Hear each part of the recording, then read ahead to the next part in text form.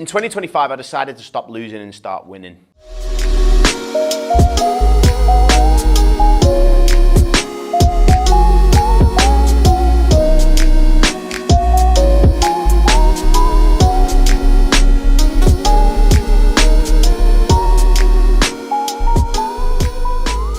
Anyone watching this video, it's very important.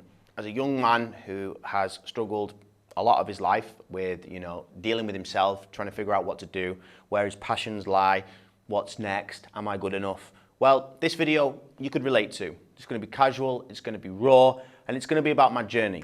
And you see, 2025 for me was the turning point. What I mean by that is the year where I started to grow real wealth. I grew a real business. I became a real man.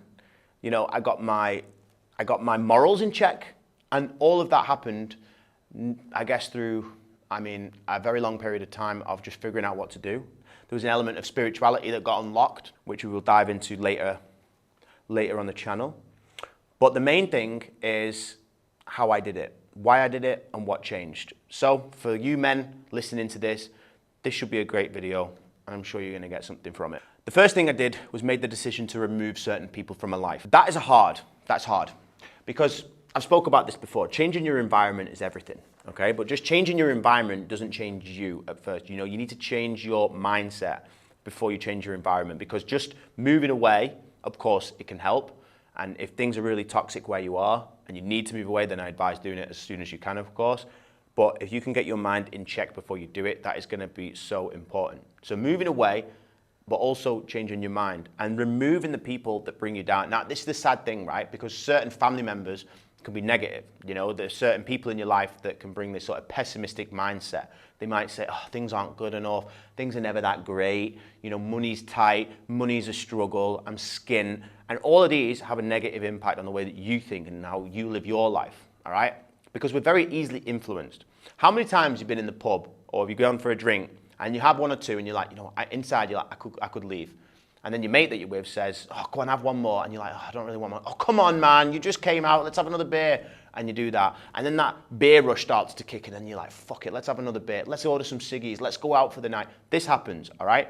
And you just see those little chain of events actually have a big chain reaction on the rest of your life, because then you wake up the next day, you're hungover and you can't be bothered doing anything. And then because you can't be bothered doing anything, you feel like a loser because you didn't do anything that day. And then your business starts to slow down or your work starts to slow down and you get negative about that. And you have this cloud over your mind and you just start to feel all, I could have done better or I should be better. So this is all the stuff that happens, and it's happened to me. And this year I made that informed decision to move away. This year I built my personal brand on another YouTube channel to over 11,500 subscribers. I doubled down. I consistently created content for the past 2 years. This year I sold nearly 200 million dirhams, which is, let's say, 40 million pounds worth of property, okay, all through my YouTube channel. I have a circle of people who are worth eight to nine figures, all right, at least 7 to 9 figures, put it that way, okay, that's my circle of people around me. I can call these people, lean on them, ask for them advice. I became their friends, go for a drink with them, go for food with them.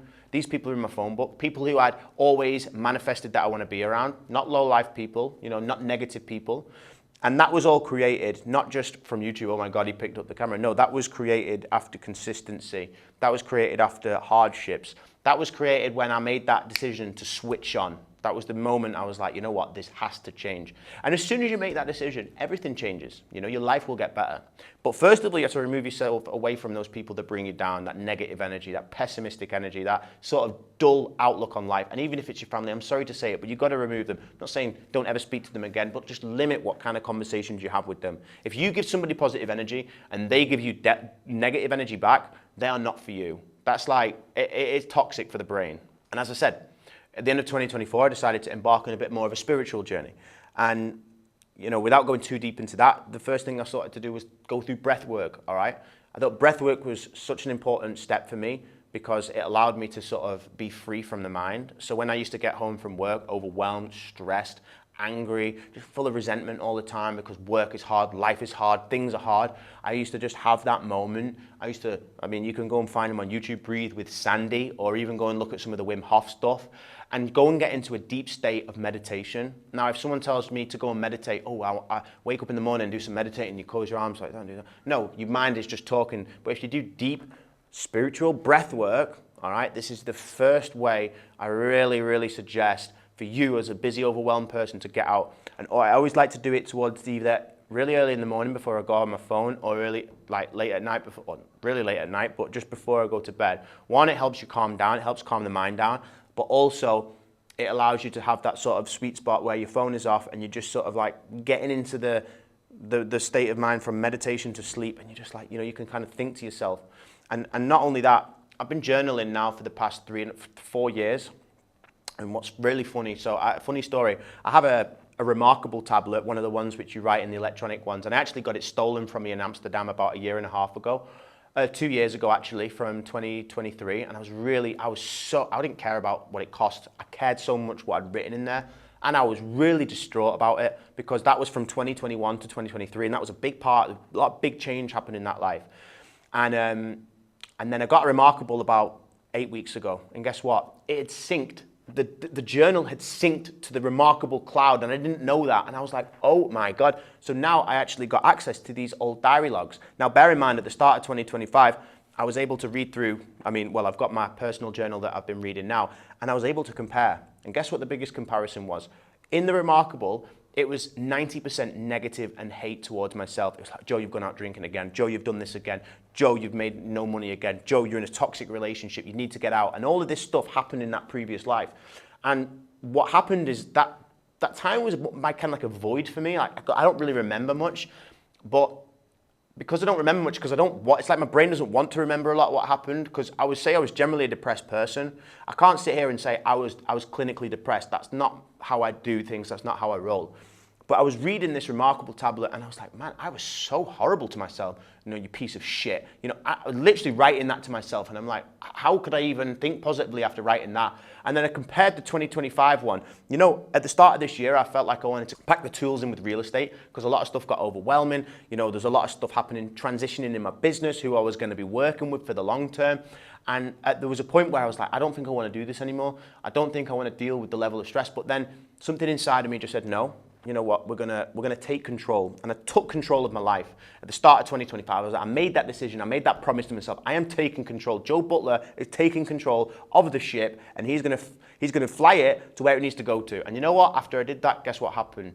When I took control of my own ship, and I was the leader of my own path, everything changed. And the positivity throughout this book is incredible. You know, I'm praising myself. I'm saying, you know, I'm making progress step by step, day by day. I'm improving. And then, you know, again, it was a bit rocky from January to March, okay? But then from April, you know, I went away, and then I came back, and then I was like, you know, in the summer, I was like, let's double down. It got hot in Dubai. I was like, let's double down. Let's go all in. And I went all in. I went double down on my YouTube. I knew exactly the type of person I wanted to speak to in my audience and all that kind of stuff. And then then someone called me and closed a $5 million deal. Then it started to spiral from there. Then somebody else called me, closed a $10 million deal. I was like, oh my God, this is happening now. We are building. Joe Butler's building what he's always wanted to. And then I built a level of success, okay, that I've never been able to do, what I'd never thought I could do. No, I always thought I could do it, but the old me was so hard on myself that maybe I thought, maybe you can't actually do it. But the new me was like, you can do it. It's always been inside of you. I've always been an entrepreneur. I knew I could always do it, you know? But it was just sometimes that other half of me, that Gemini, that other mind was just like, well, you can do it, but can you do it? And then basically when I took control, everything changed. This year, then I went and did a Hyrox competition. Then I did the T100 about 3-4 weekends ago, which is a 100-kilometer triathlon, all right? Which is a 2-kilometer swim, 80-kilometer bike, 18-kilometer run. And guess what? The training leading up to that, I was going to so many dark places, getting up at 3:45 on a Saturday morning because it was too hot in Dubai to cycle any later. All right, to go and cycle 110 kilometers in the desert, sweating, dehydrated. It was terrible. Then to run. And I'm not, you know, this is something I'd not prepared for ever in my life. So, well, I've done a couple of triathlons, but not to this extent. And the dark places I went to then come to the day of the T100 and complete it and say to myself, you know what? You've done it. And it's about proving to myself that I could do it. And this is like what I say, you need to put yourself in hard situations as a man, you know? You need to get out your comfort zone. Once, you know, for me at this point now, it's no longer about like how much more money I can make, how much more money is in my bank, how many nice cars I can buy. That doesn't motivate me. Financially, I achieved the goal that I wanted to achieve, which was to be a certain level of financially free, where, for example, little things like I don't have to worry about going out to restaurants anymore. I don't have to worry about bills coming out anymore. That was it for me, you know? Of course, I want to think bigger and I want to build an empire and I want to build something, but I want to build something with a legacy that's not built around money. I want to build it around, like, Joe Butler, did this for other people. Joe Butler became that person. Joe Butler helped men, he helped other people get out of their rut. Even in my real estate business, Joe Butler helped people make money. Joe Butler actually did something. He did something good with his life. That's where my legacy and where I see myself going, you know? And that's it, really. That's it. That's how 2025 became my best year. I mastered the mind. Definitely not mastered it to its full potential. I still have many flaws, and I'm working on them. 2026 is going to be an even more better improved version of the 2025 Joe. And 2025 Joe was the best yet. And this is to those people, you might have not had a 2025 moment yet, but you can have a 2026 moment. You can take control of your life. You can take control of your mind, and you can be the person that you want to be. You just have to step up, be in the driver's seat.